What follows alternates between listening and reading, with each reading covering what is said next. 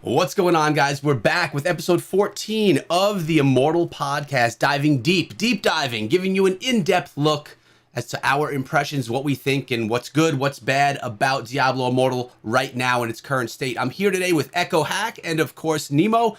Echo, how you doing, man? It's going to be weird today with two Echoes in here, but at the end of the day, it's double the greatness. How you doing, man? Yeah, there's a bit of an echo in here. There's also a bit of an echo in my new apartment here. So you'll have to excuse my microphone. Yeah, I'm doing really great. I'm a bit tired because I've been absolutely blasting Diablo Immortal. I'm about 155 hours of game time into the game at this point. Yeah. I'm doing great, man. Well, that's great, man, because we're going to be diving into your experience today, really seeing what you think. Nemo, what's up with you, man? Happy Sunday. Happy Sunday to both of the Echoes and everybody in the Echo fam community. I'm pretty excited, man. This has been a wild week, like Echo has been saying, well, both of the Echoes have been saying, and this is going to be wild.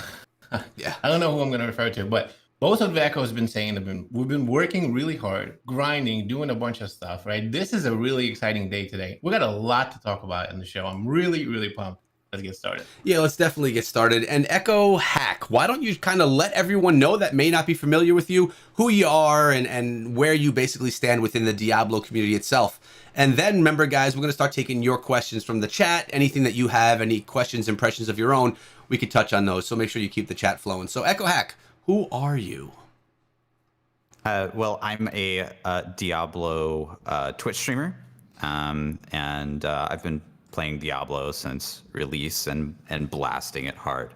So Diablo Immortal is now in the alpha stages, and based on everything I've seen so far, it seems like I'm going to be switching over to Diablo Immortal when it comes out. What did we wow. See?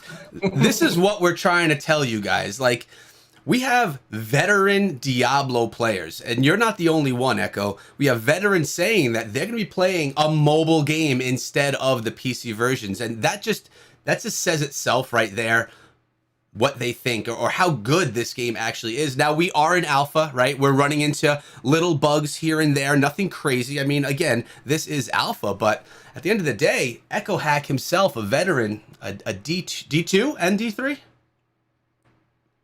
More D3 than D2. Okay. Well, a veteran D3er saying he's going to switch on over. So with that being said, I'd assume your impressions are pretty good. Without going too in-depth, because we'll do that throughout the show, overall impression of the game, you're happy with it? You see potential in areas? Any concerns anywhere?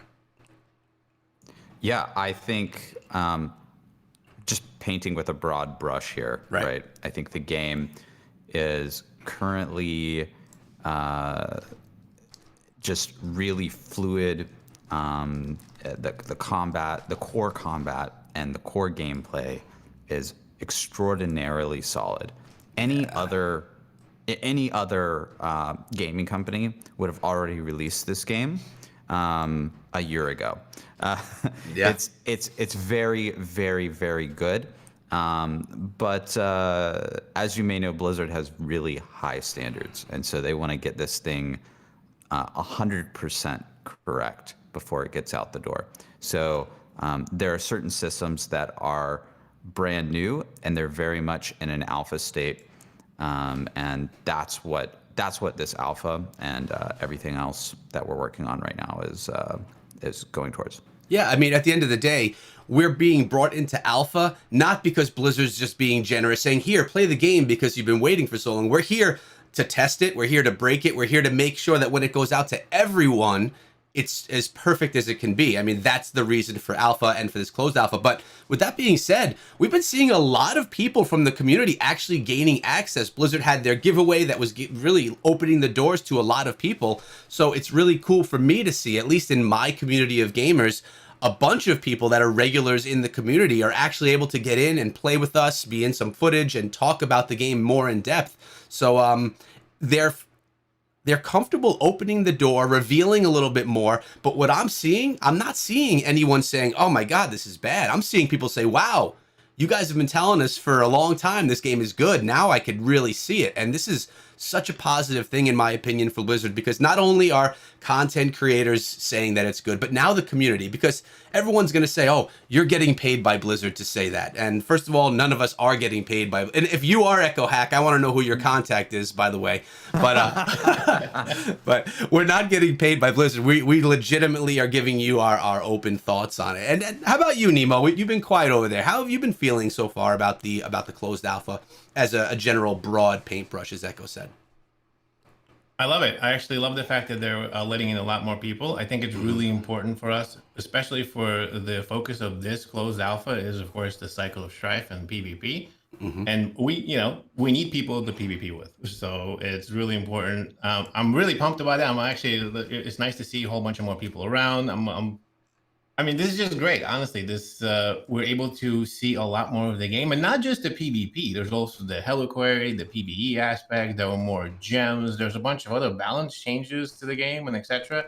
There's really like a lot to digest in this game. We've been kind of grinding and honestly focused on the fact trying to get to the highest paragon, trying to see what happens in the shadows versus the immortals. Right now, it's a really important time. I think all of us have been driving towards Sunday, towards the Rite of Exile. We're seeing what's going to happen and who will be immortal, and then trying to get to that ascension hall that no one can get to because that's where all the NPCs are. So I think a lot of us have been really focused on that. But once we get there and once we digest that content, I think a lot more of the game will come out. The fact is, there's more gems. There's a lot more other stuff.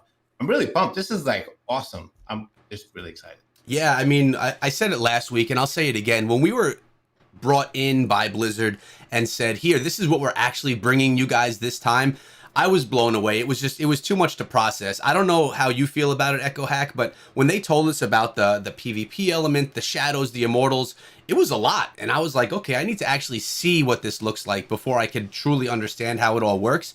And now, even going into the game, how big Westmarch is, you now have this basement area that you go down to.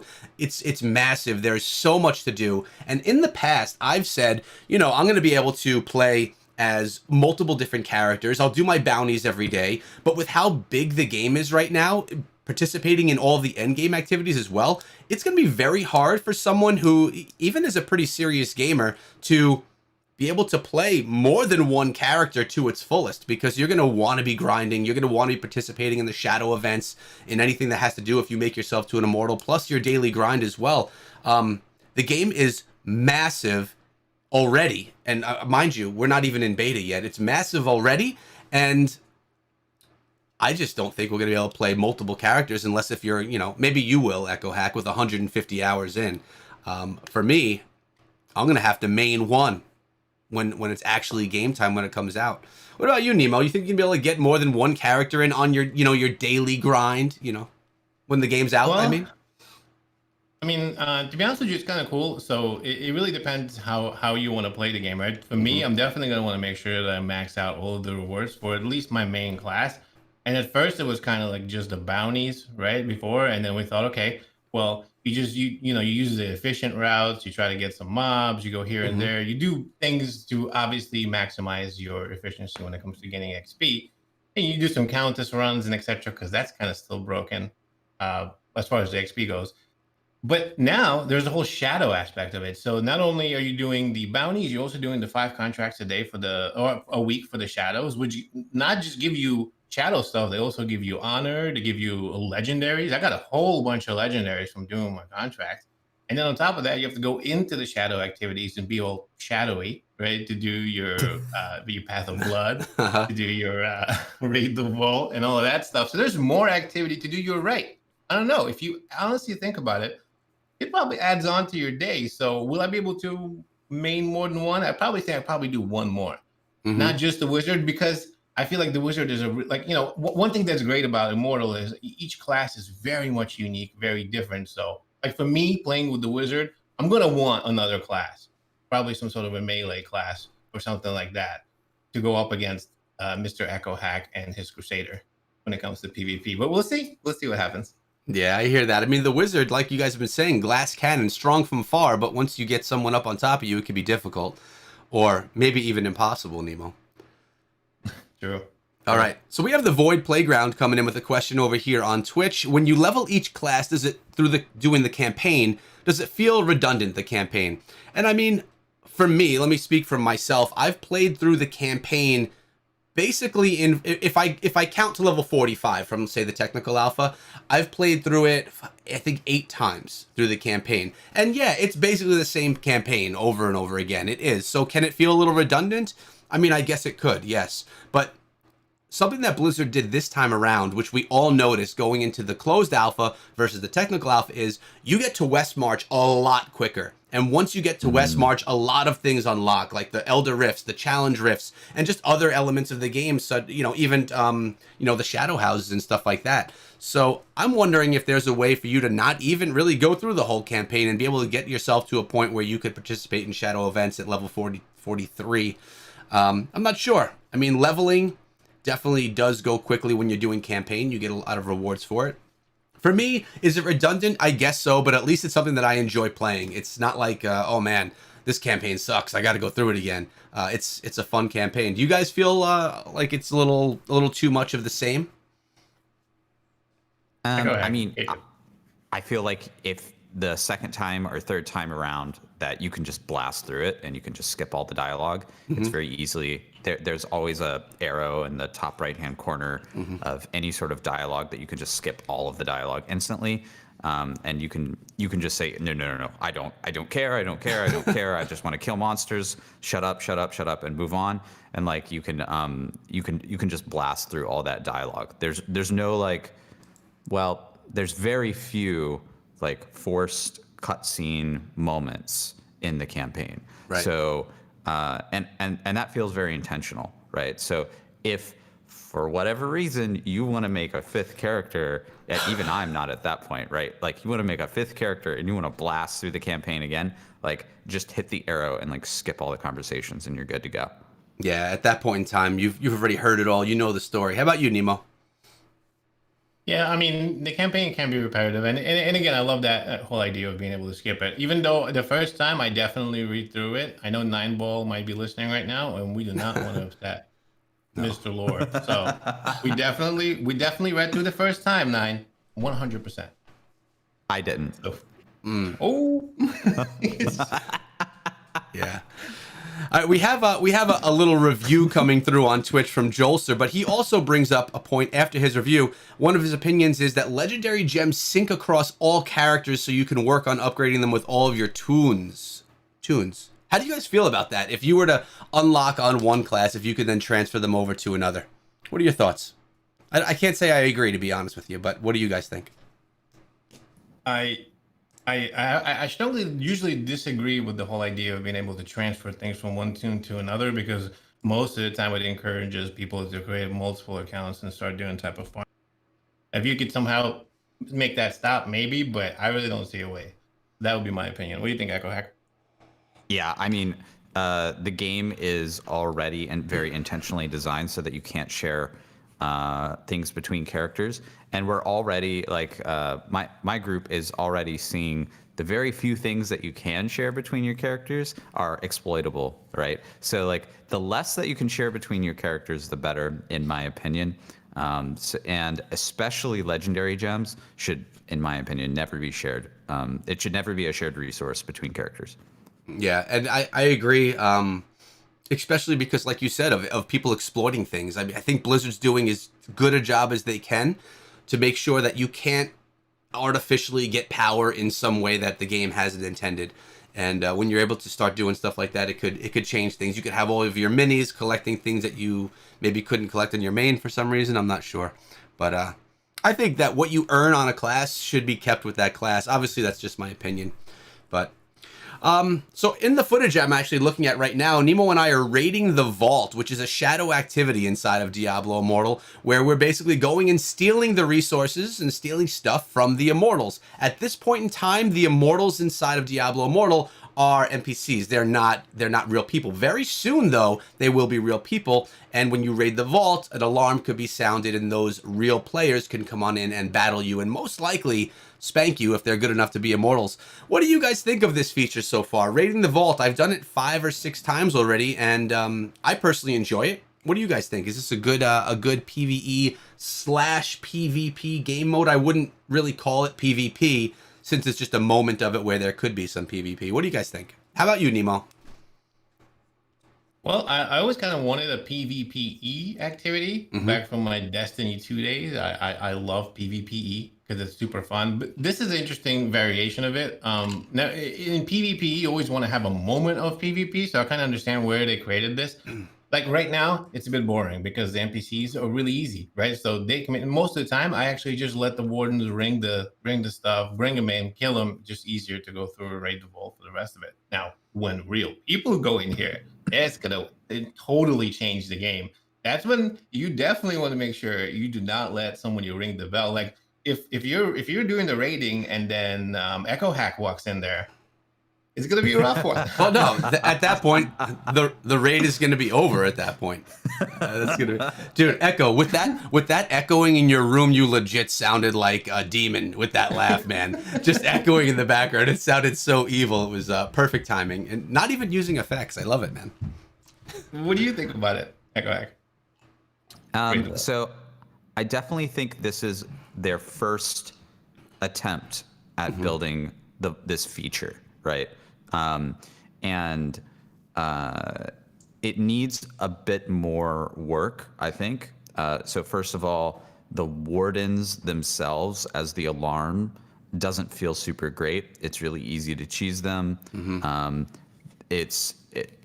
Even on the 4th level, if you have a good group, you can basically never alert the immortals. So that needs a bit of a rework. And then they also just need to have more randomized vaults, because every time you go in there, it's the exact same map. And that, I feel like, will lead to like some way too heavy optimization. When you go into a vault, I feel like you should be a bit unfamiliar with what you're rating, right? It's sort of like the whole Ocean's 11 thing, right? Like you got to kind of think on your feet a little bit, and I think that will add a little bit more interest to rating the vault. Yeah, I agree with that. I mean, at this point, we already know what the vault looks like. At the end of the day, this, like you said, it's their first attempt at it. They very well could have a cycle of maps that they go through. This could be just testing out how the system works.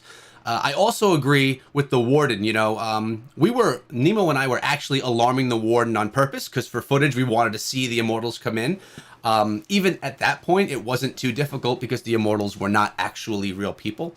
But I agree. I feel like raiding the vault, if you get a good team together, it doesn't matter how good the warden is, you're going to be able to shut it down. And if part of this is supposed to be PvE, you know, maybe there should be a point where after you collect a certain amount of loot, you then have that bell gets rung automatically. And depending on if people come in or not, I mean, who knows? Like we said, they're testing it out, and we're testing it out as well to see how it works. But this, to me, raiding the vault is not as much PvP as I want to see inside of the game. That's more of the battlegrounds feature, which, to be very honest, guys, I haven't dealt much with that at all. Yesterday, I was so busy with the kids, with the house, I didn't even get to log on. I know I'm shamed on it, and I feel really badly. It felt like I just messed up my day because I didn't even log into Immortal. But how do you guys feel about that game mode, the PvP element? I know that it's not fine-tuned yet, and I know that the powerful will have some advantages. So let's talk about that a little bit, the battlegrounds. We're going to talk about the tuning, but I want to start with this. It's really fun. Like, it's a blast. It's awesome. So it's good. So there's potential there, even though the balancing may be off. Yeah, 100% agreed. It's a lot of fun. It is definitely like Diablo and PvP. This is what you want it to be. It's so awesome, but it does definitely require lots of balancing changes. Let's talk about that actually a little bit. Yeah, let's talk about Echo Hack and his Crusader. Yeah. By the way, everyone's been asking Echo Hack what you're playing, and yes, the Crusader is what he's playing. And how do you feel? I mean, something we didn't ask you with Diablo Immortal. What's your favorite class? And have you played them all? I have played them all, but I haven't dumped 150 hours into all of them. So my like deep technical insight might not be the same on every single class. Crusader so far is my favorite class. I agree. I'm in the same boat. I was a barbarian guy before the Crusader, and then I met the Crusader, and I still do love the Barb, but the Crusader is just so nice. Really fun. I mean, a lot of people are playing it too, obviously, because it's the newest class.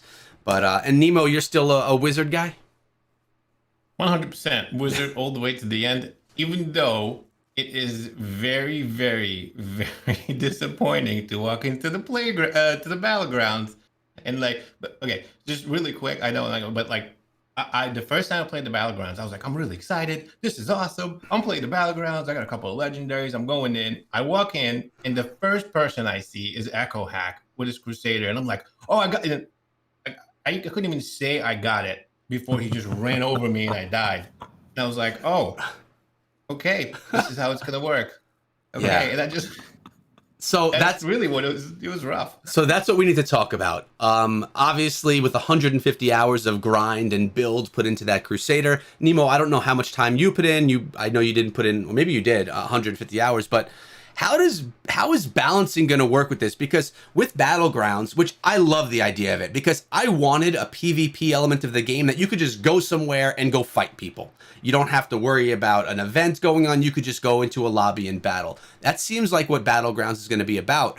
But for someone that's putting thousands of hours into the game a month versus someone that's putting hundreds of hours into the game a month, how is that matchmaking going to work? Because right now there's no matchmaking system based on level, on power or anything like that, correct? I don't know as far as the matchmaking system goes. It is definitely unbalanced. It's not only unbalanced as far as the matchmaking, it's unbalanced as far as the characters and the classes themselves too. I mean, Right. there's a lot of unbalance. And again, we're in alpha, remember? So this is I'm sure we're all gonna say it. This is their first time kind of doing this, right? So you gotta try it. So if I go up with my wizard against the Crusader, yeah, it's pretty much impossible for me to win. And in fact, me and Echo Hack were just talking about it, and I was trying to think of a way I could possibly survive before he gets to me, and it's like almost basically not going to work right now until they make some changes. There's a lot of different types of changes going on, but I mean, as far as the play style itself, it's supposed to be this battlegrounds is supposed to be super just cash, jumping in, you just run in and you kind of do your thing. So there has to be a lot of different changes, but as far as what they are, I know Echo Hack. What do you think about this? Yeah, so I think right now where we are with Battlegrounds is they are introducing this feature for the first time, and they're just looking to see if like the lights are on, right? They're like, hey, if you have a whole bunch of players queue up, perspective, I think where they are, but of course, like the players are gonna focus on, oh, well, I just got 100. I got 100 one shot by Echo Hack on a horse. What is that, right? Yeah, exactly. So it's absolutely correct that there is. I don't even want to call it that certain classes are overtuned, because I think it's just there's not been tuning been done yet, right? That's just where we are. So certain classes like Crusader and Barbarian can just go in and just destroy people and nobody stands a chance. Yeah. So that's where we're at right now. Now we have Venom asking in the chat, I'm assuming team composition will be a focus for possibly clan PvP in the future. Any idea which classes will be essential in group comps? Like, do you need to have the tanks? Yep. Well, that's actually something that I was going to bring up and ask both of you. Perfect. That's going to be my next question. What do you think about, because right now it's super cash, right? We're playing or whatever, but once things start get going, and I mean, maybe the Rite of Exile, and we should talk about that, is the high-end PvP version of Battleground. But at the end of the day, once you get a good enough team together, and it's going to end up happening, once you get 8 players together who are coordinating, who's going to have specific classes, you might need certain classes to be the tanks in the front. You might need the damage dealers in the back. You might need some high-level coordination. That's what I'm really excited about. This almost like reminds me of a little bit, I would say, of like actual team-based PvP activities, in some of the other games. Maybe even not Call of Duty, but close. There are some game modes that are like that. I'm really looking forward to that, like high-end play. But is that the Rite of Exile, or is that going to be high-end Battlegrounds? I don't know. I think we're like really at the beginning stages of this all. I'm not sure. What do you guys think about that? Yeah, I definitely think that you're correct in that there's going to be some like team comps. Like we're already seeing some team comps, even though things are like a one-shot fest. Like we're already theory crafting about that. But if you just like look at the skills and the legendary powers, you can already see that certain classes, like say the Crusader, have a bit more of a support focus, a bit more of like a tanking kind of like get in the front kind of focus, whereas other classes like the Demon Hunter are absolute like paper and want to sit in the back row, right? So just from like painting a very broad brush, right? From a design perspective, they're setting the game up to have those sorts of team comps that work really well together. Yeah, I agree as well. I don't know. I mean, I always think there's going to be value in having those ranged characters behind that are really not really being touched by anything. So Nemo, I think you're going to have your position. Don't worry. I don't think you'll be forgotten, my friend, with your wizard. But you know, there's going to be metas inside of the game like there are any game. There's going to be the classes that work best together, and we're going to be seeing a lot of those classes being put together, at least at high level play. For casual play, if they get matchmaking right, then you should be able to, as a player that hasn't gotten much time inside of the game, still be able to participate in these battleground events because you'd be matched with others of like power and like skill. Now, class versus class, you know, if the wizard is always just going to be decimated by a barbarian or a crusader, fine. You figure out how you make your builds and how you make your teams. That's cool. I get that. Doesn't bother me as much, as long as the matchmaking is okay. So when you get a person that's a level 45, they can go in and actually enjoy the multiplayer element of the game rather than just running into Echo Hack, Leviathan, and all these guys every single time they go in because there's no type of a balance made there. So I think the matchmaking is the most important. I don't know what it entails to do that type of a matchmaking, but it has to be there, or else, you know, if that's going to be a whole pay to win thing or a time to win thing. If you grind for this many hours, you're going to be able to dominate in these battlegrounds. Or now, Echo, we haven't done any. There's been no way to purchase anything inside of the game. You haven't been able to get an advantage over people by spending any money inside of the game. Yet you're one of the more powerful players inside of the game because of the time you put in. And they've changed mechanics of legendary crests, of how many legendary crests we get. The merchant even gives you limits on how many things you could buy. So I know that's very early to even have this talk. I'm bringing it up because someone in the chat mentioned only whales can win. Do you think this is going to be an issue? Specifically talking about the PvP, the battlegrounds. Do you think that someone that's going to be able to go in and spend a ton of money is going to get a massive advantage over someone, maybe like yourself, that, let's say you spend no money, but you put in the grind? How much more advantage can someone get? And it is tough to tell because there is no shop for us to buy. We don't know exactly what we can purchase yet to see what kind of an advantage you can gain. Okay, yeah, so there's a couple things there. So first of all, I think any detailed discussion about monetization at this point is far too early. Yeah. So I know other folks have beat this horse to death and have had those monetization theory crafting discussions, but in my opinion, you got to wait for a beta when you can actually spend real money in the game and they're actually like testing out the shop and that sort of thing for you to have like a real solid assessment of it. That said, we can sort of read the tea leaves a little bit and we can make some solid guesses in that we think eternal orbs are the pay currency and that platinum is also a pay currency. I'm pretty sure we can sort of guess that. Right. And that plus the actual legendary powers that we're seeing off of legendary gems specifically, I do not think that legendary gems right now have a significant give someone a significant power increase over somebody else in PvP specifically. Mm-hmm. It's actually more of a PvE element, in my opinion. Which won't really represent a pay-to-win mechanic at all, really, when we're talking PvE. Unless if we're talking leaderboards. Yes, but I guess the other thing that we're seeing is that the more important end game system that they have is the PvP end game system. Like we have Lassel, which is the first boss for the Heliquary, which we could get into. That's the PvE end game system.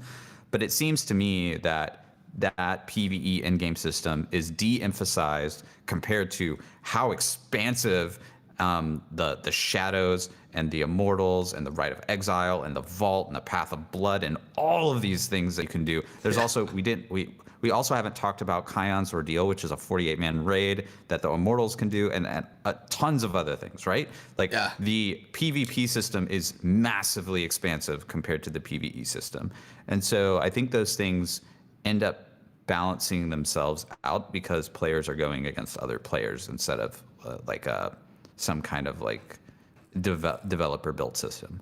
Right. So basically, and you just did bring up a few more topics that we have to touch on because they're massive. Although maybe we haven't gotten into some of them. It's too early to talk about and to say that this is a pay to win game and that you could only win if you're paying, because like Echo just mentioned, the systems aren't even there yet for us to even see, let alone test. So I mean, too early to say. But I mean, obviously people are going to be saying that because it's a mobile game.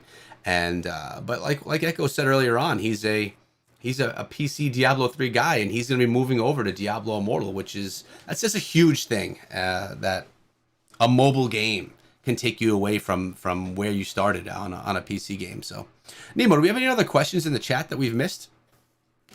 There's actually a few questions. So there's a lot of questions in regards to the actual PvP, right? The cycle of strife itself. We should probably touch up on that just before we get into more of the stuff, because I love the idea of what Echo Hack brought up of the whole how the PvE is kind of getting the short end of the sticks, so to speak, when it comes to all of the juicy content.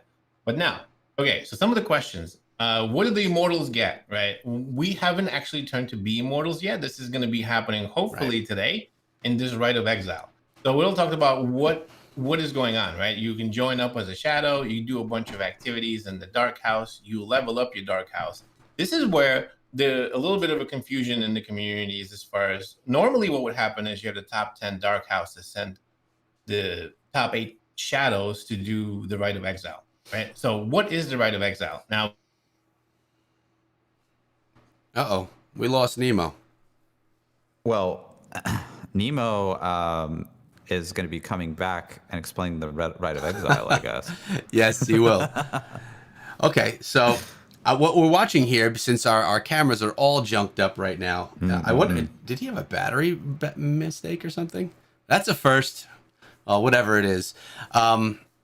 What is happening today, as Nemo was kind of getting to? I know that you're running our Dark House, Echo. What's going to be happening today that is going to be kind of big for the game? I don't know what happened here. Welcome back. Yeah, Nemo. Nice of you to just disconnect on us, Discord. man. Yeah, sorry. So what I was actually saying was that we should listen to Echo Hack talk about it, because I've beat this horse to death so many times. So why don't you take it over and let's listen to what the Rite of Exile is and how we get to it.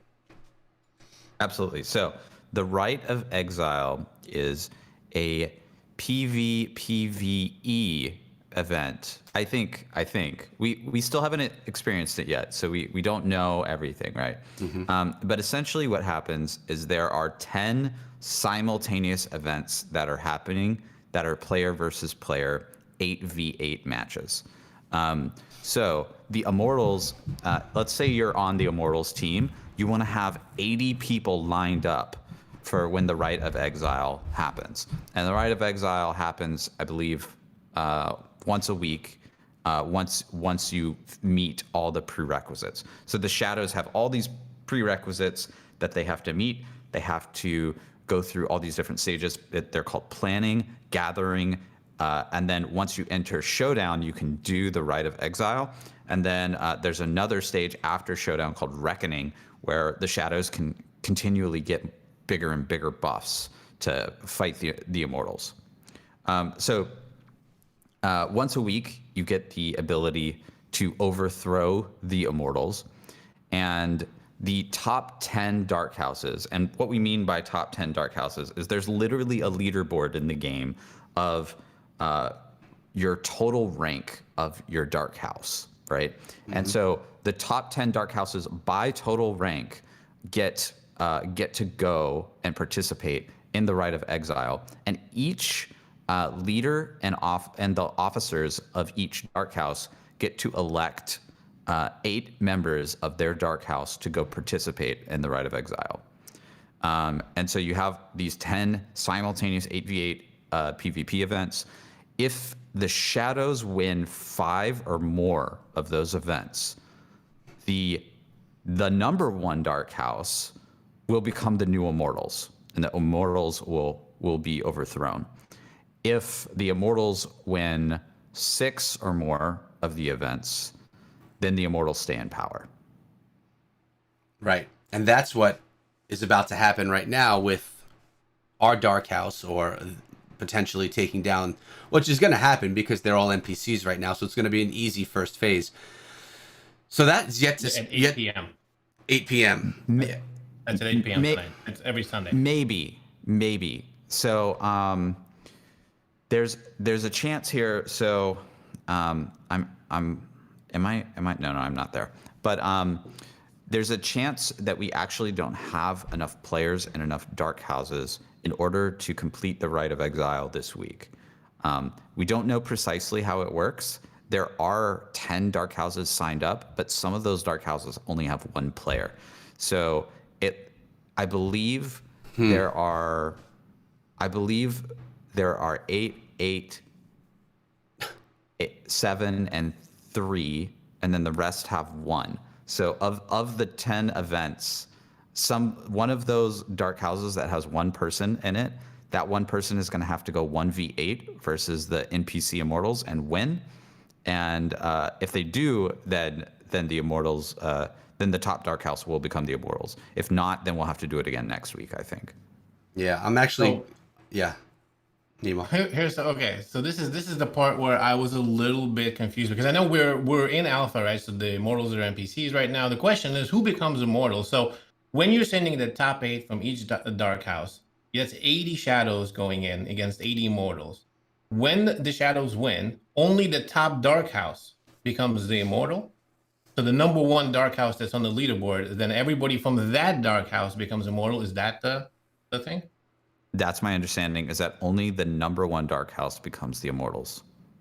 Understood. Okay. And so right now, because we don't have enough dark houses to challenge the top 10 spots, that makes sense. So because of that, you're saying that we're basically going to have to probably go another round? Or another week. Right, I think there's a good chance that we will automatically lose this week on our server. The Australian server, on the other hand, I believe that somebody will guaranteed become the Immortals today. Understood. So we need those 1-player dark houses to go 1v8, go crazy, and win. It's possible. The NPCs are not that hard. I mean, you had a couple of Crusaders, maybe you could do it. I don't know. Okay, so now a couple of other questions here. There are some other activities that we haven't discovered or talked about. What's the Path of Blood? What do you guys think of the Path of Blood? Have you played it? And there's some questions about it. So let's talk about that real quick. I haven't played the Path of Blood, so I don't have much to say there, but it looks like Echo Hack does. Yeah, so essentially the Path of Blood is a micro challenge rift, right? So if you take a very, very, very tiny version of a challenge rift, like 1 room, and then you have to clear that. There's a catch, though. The gotcha is that you get no potions, no bandages. You just have to clear the room without any heals. And if you do, then you go to the next level. The rewards for that is that you get marks. Marks improve your rank within the Shadows, and can also improve your Dark House's overall rank, and can also progress the various stages that we just talked about, right? Yeah. So and there are other there are a few other rewards, but primarily it's this tower, this like PvE tower that you climb. And as you progress, right, you get yourself the ranks, and every time you go up a rank, there's actually a whole ranking system within the shadows. And the higher you go up in rank, the more you get is basically a modifier. You get more damage and more defense against the immortals, and I believe that's worldwide, right? I have a question about that, Echo Hack. Do you know if that's worldwide? So like anywhere, or just in the Rite of Exile and Battleground activity? That's that's a good question. I have no idea. So Yeah, me neither. we have a few questions coming in here about the dark houses becoming immortal. So I got two of them specifically. Caffeine Machine says, so if 80 shadows, talking about a dark house, if they win, they'll want to recruit players to get to the 500 immortals. That's our first question, but then that's supported with this other question from Larksiv. It would be strange if only the top one dark house became immortals. One, because there'd be no motivation for number two or the 9 houses to win, or two, there are not enough shadows in a single dark house, so there would be not enough immortals to fight the next week in the Rite of Exile. Do they have a point? I mean, we can have 500 immortals, and a dark house only does have 80, so how do we fill those other spots? Is it really only the one dark house, or... I don't understand how that works either. It's a great question. Well, in that case, it would be like the next dark house to fill it up, and eventually it'll get to 500, right, or something like that. But you're right. There's a lot of different, and like, how would that work? And the other ones, would they get kicked off? We have a lot of questions about the Rite of Exile because we do not know. That's the whole idea. I originally thought that we're supposed to have top 10 houses, and only 8 shadows from each would go up to fill up the 500 immortals. But then again, at the end of it, how would the other ones get thrown off? And you're right. What happens? I mean, I think honestly, if the Rite of Exile is lost, all of the immortals get turned back into adventurer. But maybe I'm wrong. We don't know until we play it. I mean, Echo Hack, what do you think? Do you know any of this?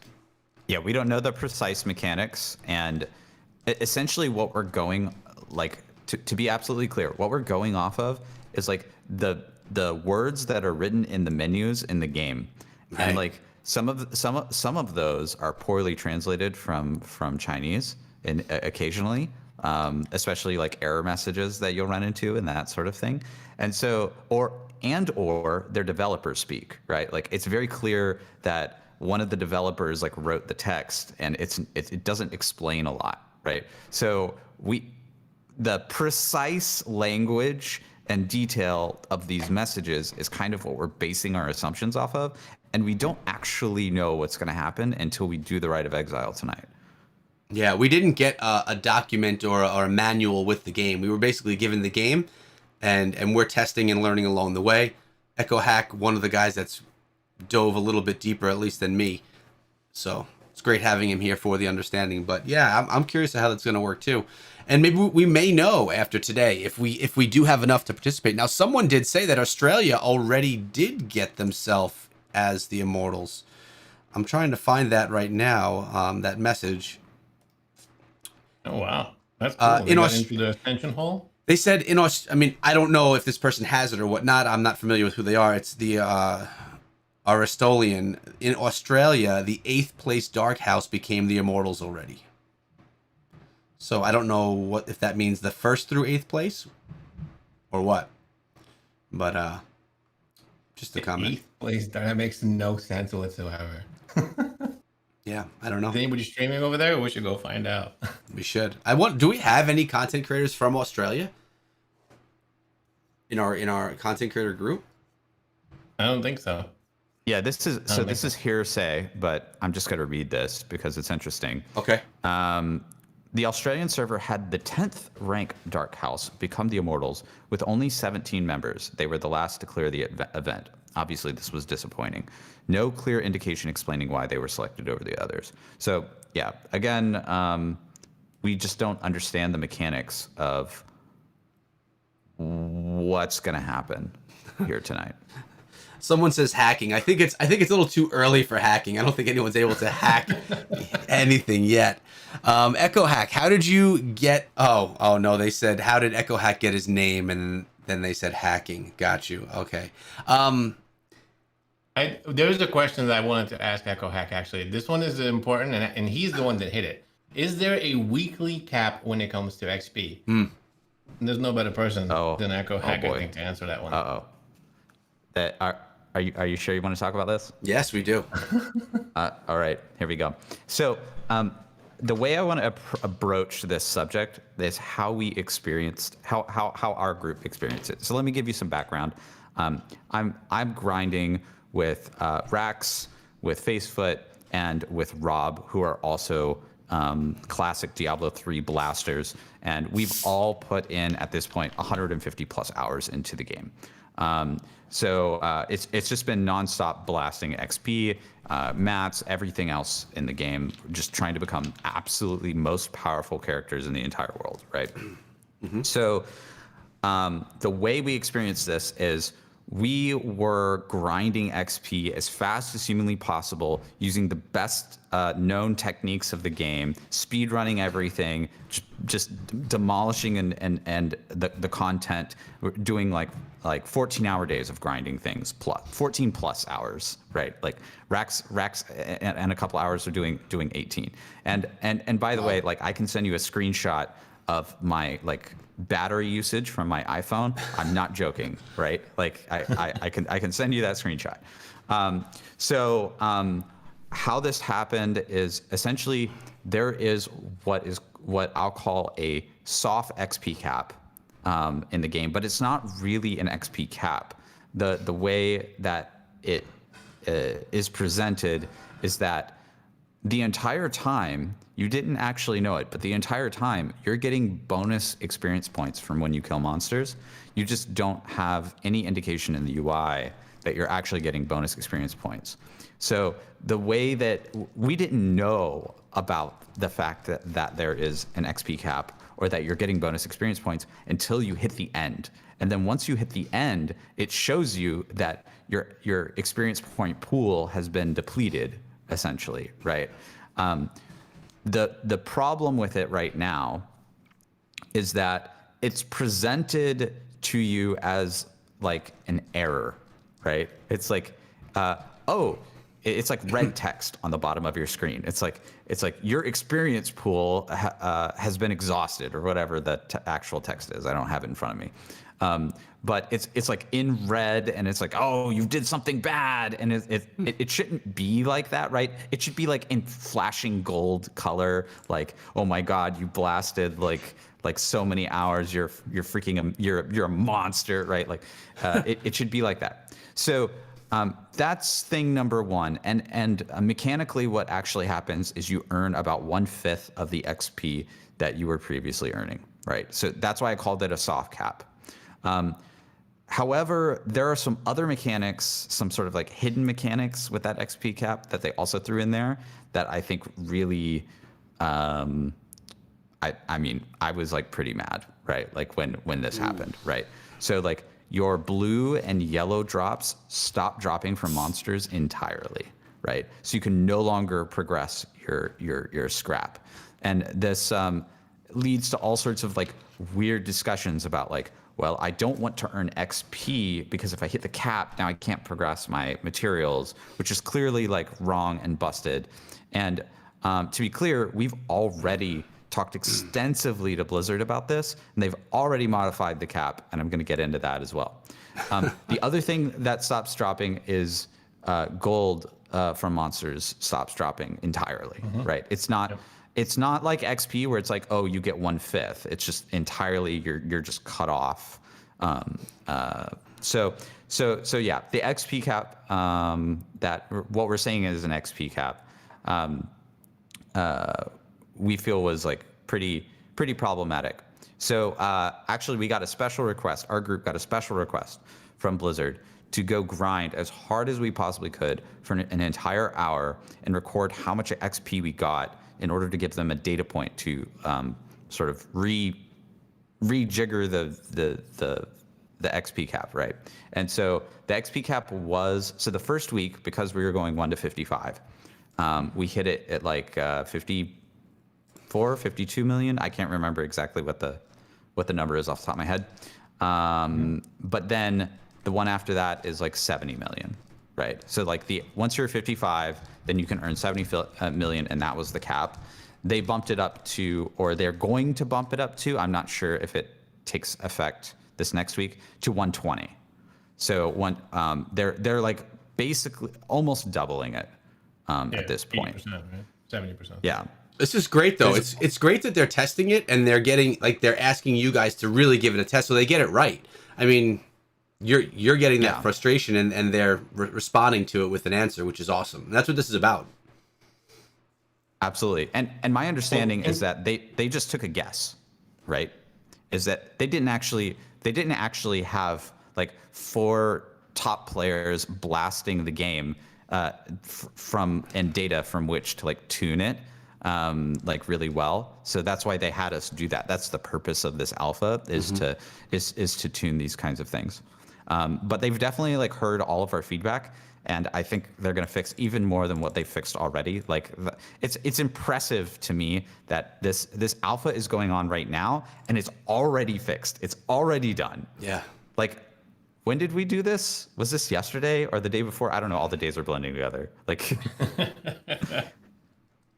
well, yeah, it seems like impressive. It's nice to see that they have the ability to just jump on in and tweak things that easily. I know some games, that, to me, and maybe Nemo, you could clear that up. That means like things are built properly, right? That you can go in and make adjustments like that quickly and on the fly.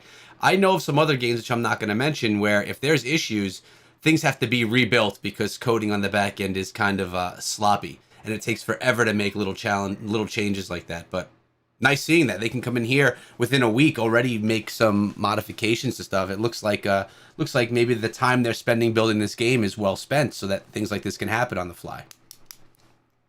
Yeah, 100% agree. That's the whole quality of the product, right? They make sure the quality is good. And now they're just, what they're doing now, that's why a lot of people who are like, oh, where's the game? Why is it not coming? Oh, it's not ready. There's a lot of it is ready, but now they have to do the fine tuning, right? They cook the good food, and now we're going to put all the spices in it to make it just right. That's what we're doing here. Yeah. So one last thing on this note that I should have mentioned at the very beginning is, what is the purpose of the XP cap in the first place? Like, why would you do that, right? Like, stop limiting me playing the game, please. It's because the way Diablo Immortal is not the way Diablo 3 is. So in Diablo 3, you blast Paragon, you get XP, and that's all that matters in the entire game. In Diablo Immortal, it has like 10 different progression systems that you need to work on, right? You have the shadows, you have gems, you have legendary gems, you have XP, you have salvage, you have so many different things, right? And XP is just one little part of the whole pie, right? It is a big part, but it's not even half of all the progression that your character can make. So what they're attempting to do by making a soft cap for players is to incentivize you to say, okay, you hit the cap, great. Now go into some of these other progression systems. Your time is more effectively spent over here now. That's what they're attempting to do. So you're saying you could hit that cap, that soft cap that you talked about, but then you could still go in and do other gameplay modes and get your full experience and get the full experience from it. So it's kind of a heavy incentive to not just go and try and grind power. Cool. I mean, you're still grinding power. You're just grinding it in a different system that is not just like endlessly doing the same dungeon over and over and over and over and over. Right. Which is nice for a player experience too, in my opinion, because I personally wouldn't want to. I'd rather do different things to gain that power than one dungeon that's the optimal one to grind. Absolutely. And that's the strength of Diablo Immortal. And ultimately, that's why I'm switching to Diablo Immortal from Diablo 3, is that the game rewards you for playing all of these different systems, and playing different systems and optimizing different systems and routing around all the different systems is way more fun and way more interesting than just doing nonstop, like brain dead grinding of greater rifts. Right. No, it makes total sense. And man, I mean, I've said it a few times, but it makes me so happy to hear you saying that kind of stuff. Being a mobile gaming guy myself, it's really cool. Nemo, we're coming up towards the end. We haven't even touched on the Heliquary yet, really, have we? No, we haven't. We haven't touched on that, and a bunch of questions too. We Well, have a few questions as well. so let's talk about the Heliquary real quick. Just kind of, why don't you, Nemo? Why don't you? Because I know you just defeated the boss yesterday or the day before. Why don't you give everyone an overview of what this is, and then Sure. we can get into those questions, a little rapid fire at the end, and then just so we don't leave anybody out. So what's the Sounds Heliquary, man? good. Reliquary is an end game PvE system where basically right around level 43, you go to Deck Arcane. I'm not going to talk to you about the actual story. I'll save that for when you actually play it. But you get this system to where you can locate bosses. And the first boss is Lassel or LaSalle or however you want to pronounce it. But it's a boss. What you're basically doing is you're doing a bunch of bounties and a bunch of activities to get something called Scoria. You take Scoria to Charcy, who's the blacksmith, and you use it to combine with gold and upgrade it to Hellfire Scoria. Hellfire Scoria is what you need to upgrade your Heliquary. Now, the way to get Scoria is bounties, and there's also, you can get them from the Honor Merchant, which only when you're an adventurer, not when you're a shadow, which still I don't understand why you can't get Scoria from the Honor Merchant as soon as you join the shadows. I'm going to stop here for a second. Do you guys know why that's the case? If you notice that Scoria stops being available from the Honor Merchant as soon as you join the Shadows? I noticed it only because you brought it up to me, but I have no idea why. Neither do I. I have no idea why. I have a guess. So my guess is they're trying to make special rewards just for adventurers, like people who aren't participating in shadows or people who aren't immortals. And they're trying to test out that thing. So the actual mechanic of having Scoria only purchasable by an adventurer makes no sense to me. That's very silly. But having the mechanic there to test makes sense. Yeah. It was a little disappointing because it's a good thing to spend your honor on if you're trying to get to that boss, right? And what's the idea? So you upgrade your Heliquary. Once you get to level 10 on the Heliquary, you're able to locate the first boss. These bosses are super hard. They're very difficult and they require good offensive and defensive power ratings, require to be a high Paragon level. We'll talk about that in a second. Or require someone, especially for me being a wizard, require a tank, right? Require a face foot in the front over there to tank the boss so we can just blast them with stuff. But when you beat this boss, when you locate and beat the boss, you get a trophy. You get a bunch of stuff as well. I got an extra legendary drop from it also. You take this trophy, bring it back to the Heliquary, stick it in there, and there's 4 spots in the Heliquary. So I'm thinking eventually you'll have enough trophies to where you'll probably have to pick which 4 you have to put in, like almost like another gear slot if you think of it.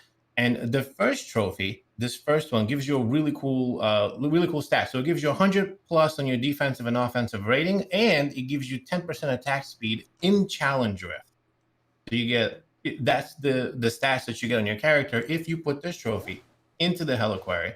So far, we're cut out on just one boss, but apparently they're going to be adding a boss a month from what they're saying. And there's a bunch of new bosses that are going to be coming. So I'm pretty excited about that. What do you guys think about this? I like the idea as well. I think it's a lot of fun. I haven't dove into it in depth too much myself yet, but I mean, again, it's just another system that's been put inside of the game and another way to play Diablo Immortal. And these things are stacking up more and more. There's so much to do, which to me, I'm excited because as a content creator and someone that's going to be playing this game for many years to come, it just seems like there's always going to be more stuff to do, always different events to play, and that's not even including any updates or monthly updates that they do, bringing new stuff. Bringing new bosses every month is just a ton of fun, and it's going to be something you could look forward to. New month starts, we have a new boss coming to the Heliquary. Let's go take him down. Let's see how quick we can do it. Let's see if we can solo it. It's just another fun mode. Echo?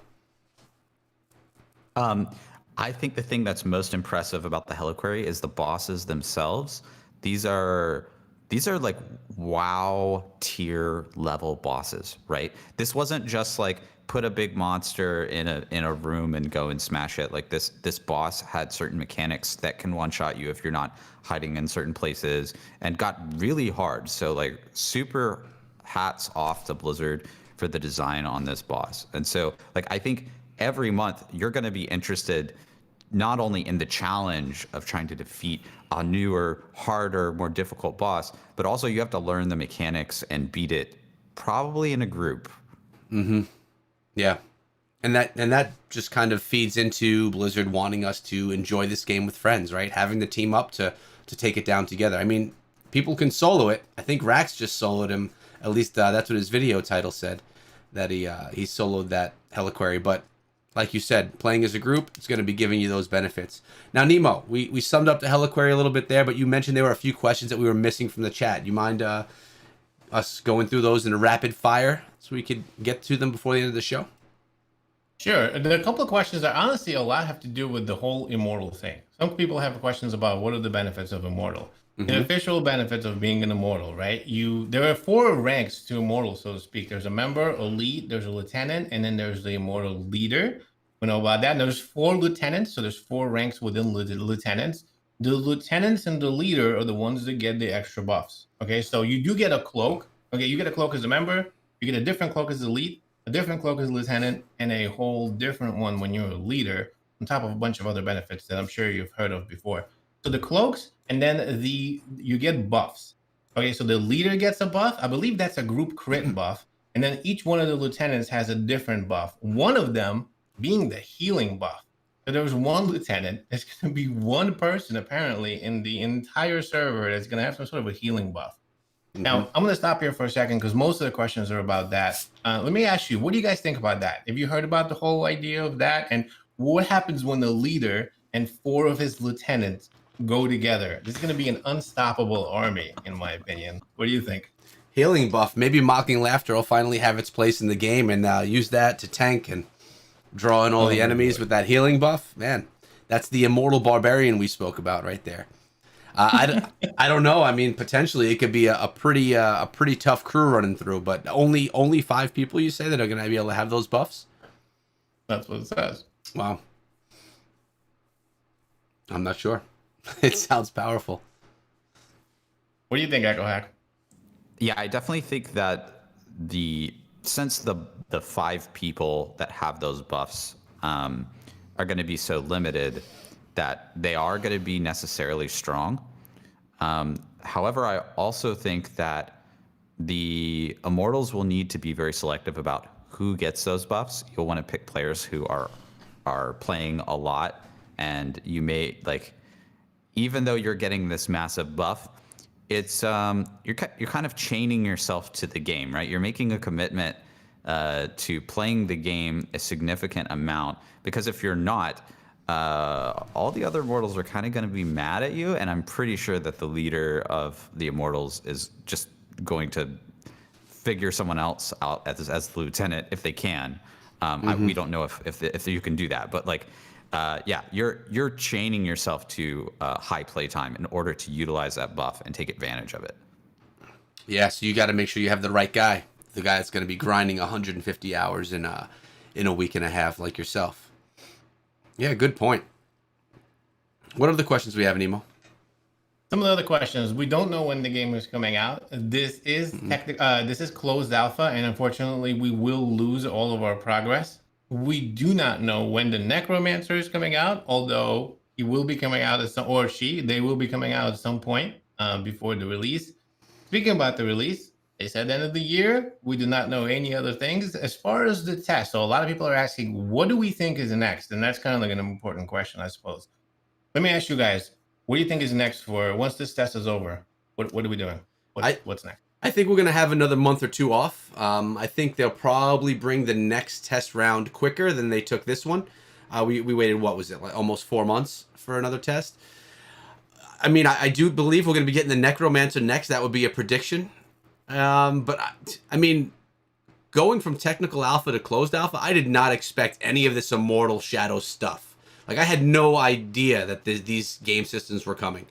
So really, I have no idea what's going to be coming in whatever the next phase is. They could be more, or it could just be refining what we have here. But one thing that I'm pretty sure we could confidently say is there's going to be the final zone number 60, and the Necromancer. My guess would be that this is most of what we're going to be getting, that there may not be any more systems added. I mean, there's so much already to the point where we still don't have answers for everything, and we've been playing it for a week and a half or so.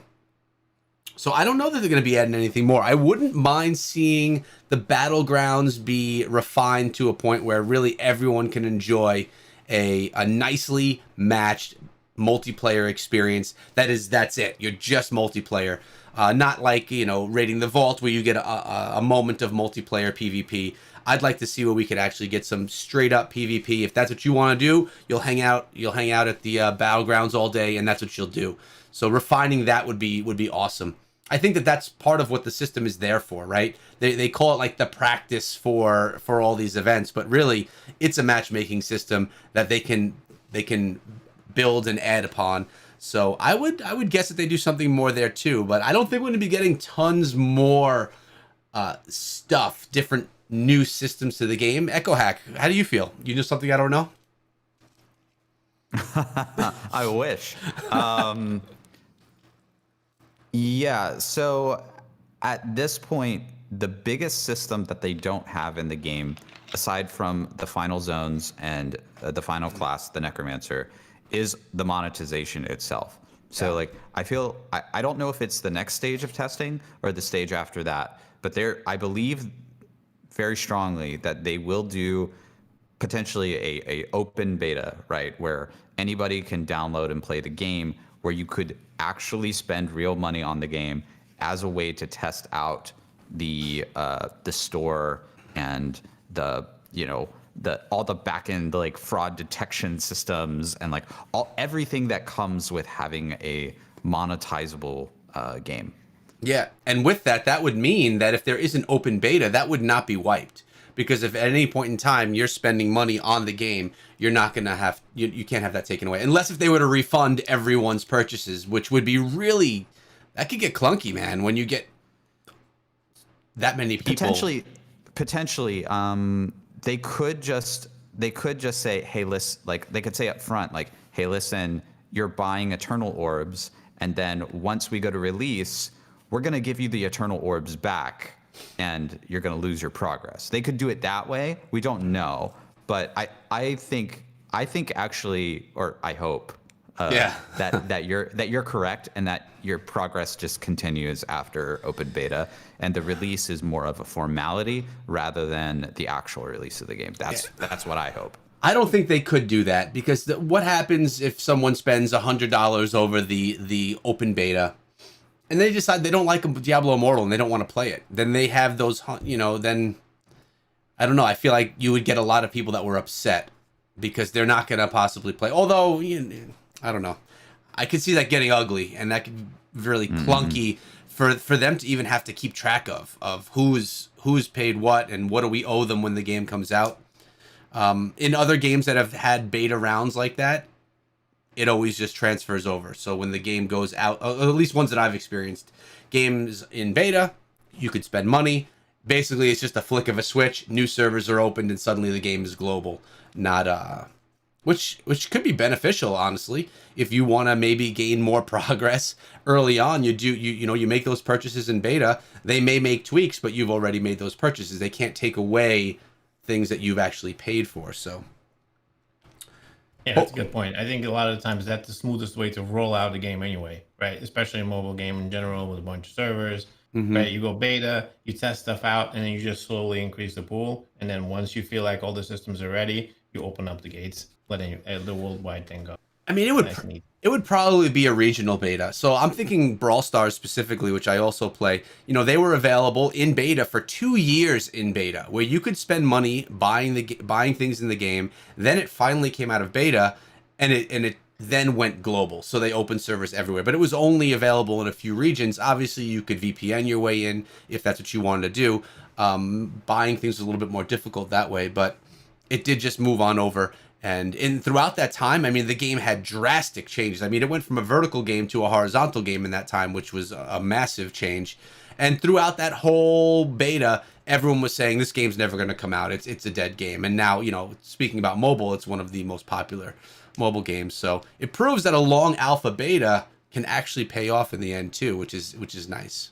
So good point though on the monetization. Speaking of, did you notice that they changed the rewards in the battle pass in the top tier, and now the bottom tier shows absolutely nothing? It's all question marks. So Either they don't really know what they want to do yet, or they don't want to give anything away. But there were definitely a lot less legendary crests in the top tier than there were before. I believe technical alpha there were 3, and now I believe there's only 1.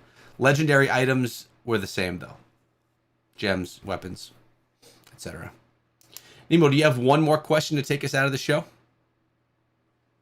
I think the only other question is, when is this game coming out? We do not know. End of the year. If I had to take a guess, I would say maybe we could close this with this. What is your guess for global release? I would say end of September. That's my guess. Yeah, I'll take it next, and Echo looks like he's really pondering this, so I'll let him ponder another moment. I think they're gonna stretch it, man. I think that this isn't coming out until December. I think they're gonna take all of their moments to make it as perfect and polished as possible. Let's assume that let's do a little calculation here. What are we in? January, February, March. We're in May, right? May, yeah. May 2nd. Yeah. We're gonna have this until June. At least until June. We're going to take 2 months off. That's going to take us to August. We're going to go into a beta or another test round. That's September. We're going to have that for a month or two. October, November, release in December. That's my prediction. Now, the beta could be an open beta, as Echo Hack was talking about, to test out the monetization, which would mean really anyone can play, but the game wouldn't have officially launched as global, which if Nemo, you're talking about that happening in September, I think that you'd be on point. Again, I have no idea. This is just my prediction. But Echo Hack, you look like you've thought about it and you've come to an answer. What do you think? What's your prediction? Okay, so my prediction is 2-part. I think, and I'm just going to call it, so you can quote me on this. If I'm wrong, then I'm wrong.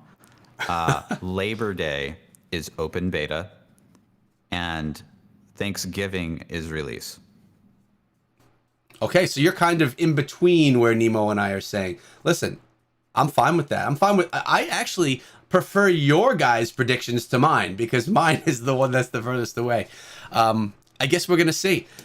I do think that they have, I think we could say that we know that they have the bulk of this game made. A lot of it now is polishing, fixing, adding a character here and there, building one more zone. We saw that it took them, now we don't know where their progress was, but they brought us the final, the Monk and the Barb zone after 4 months. So if they only have one more zone to bring us, we could assume it's going to take them 2 months to build. That's a huge assumption, because we don't know timelines, how long they've been working on stuff. But the final zone, we don't have the Necro. Wonder if the final zone could have something to do with the Necromancer and a dead zone of death. Who knows? But it could all be tied in together, or it could not. It's definitely hell. At the end of the Barbarian Zone, there's a giant hell portal. That's what I'm talking about. That's going to be awesome. That is going to be sick. Well, I think we hit all the questions. We actually went a little bit longer than we typically do. It's because we had an incredible guest with tons of knowledge. It was great having you on, Echo Hack. Now, for those of you that don't know, if you've never seen him before, Echo Hack is a streamer over on Twitch. We've given him a shout out in the chat. He's in the chat right now, so you just go follow him on Twitch. Also, if you're watching this as a video on YouTube or as a live stream right now, his Twitch is pinned down below in the comments, or not the comments, in the description. Also, Nemo's down there with his YouTube channel where he's bringing you guys daily Diablo Immortal videos. So, Echo Hack, any last things you want to say before we head out for the day? I just wanted to say thanks for having me on. First time, hopefully not last time. And man, Immortal is amazing. I'm gonna go play more right now. Yeah, you've probably been playing throughout the whole show. Be honest, man. All right, thanks. Yeah.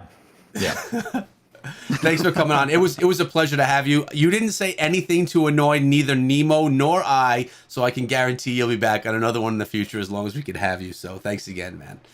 And Nemo, last words. Thank you so much once again for having me. This is really exciting. I cannot wait to figure out what's going on later. Make sure to tune in to Echo Stream and Echo Hack Stream, my videos. We're going to have a whole bunch of stuff on the Rite of Exile, what's going on with the rest of the Immortal. I'm super pumped. Thanks so much for having me on the show. I cannot wait to be back for next week. Have a good Sunday. Take care. Yeah, it's my pleasure, man. It's always great. Remember, when Diablo Immortal is in our hands, our show is weekly, every Sunday, 11 a.m. Eastern, and it's literally driven by your comments. So that's one of the things that I like the best. We come in here with a rough outline, and the show is formed based on what you guys want to know. So we'll be back again on next Sunday. This is going to be live on my channel probably in about an hour. If you missed anything, if you missed stuff in the beginning, you can go check it out. But it's been a pleasure. Thank you guys for coming through, both my guests and everyone watching the show. We'll see you next week with episode 15. Until then, be good.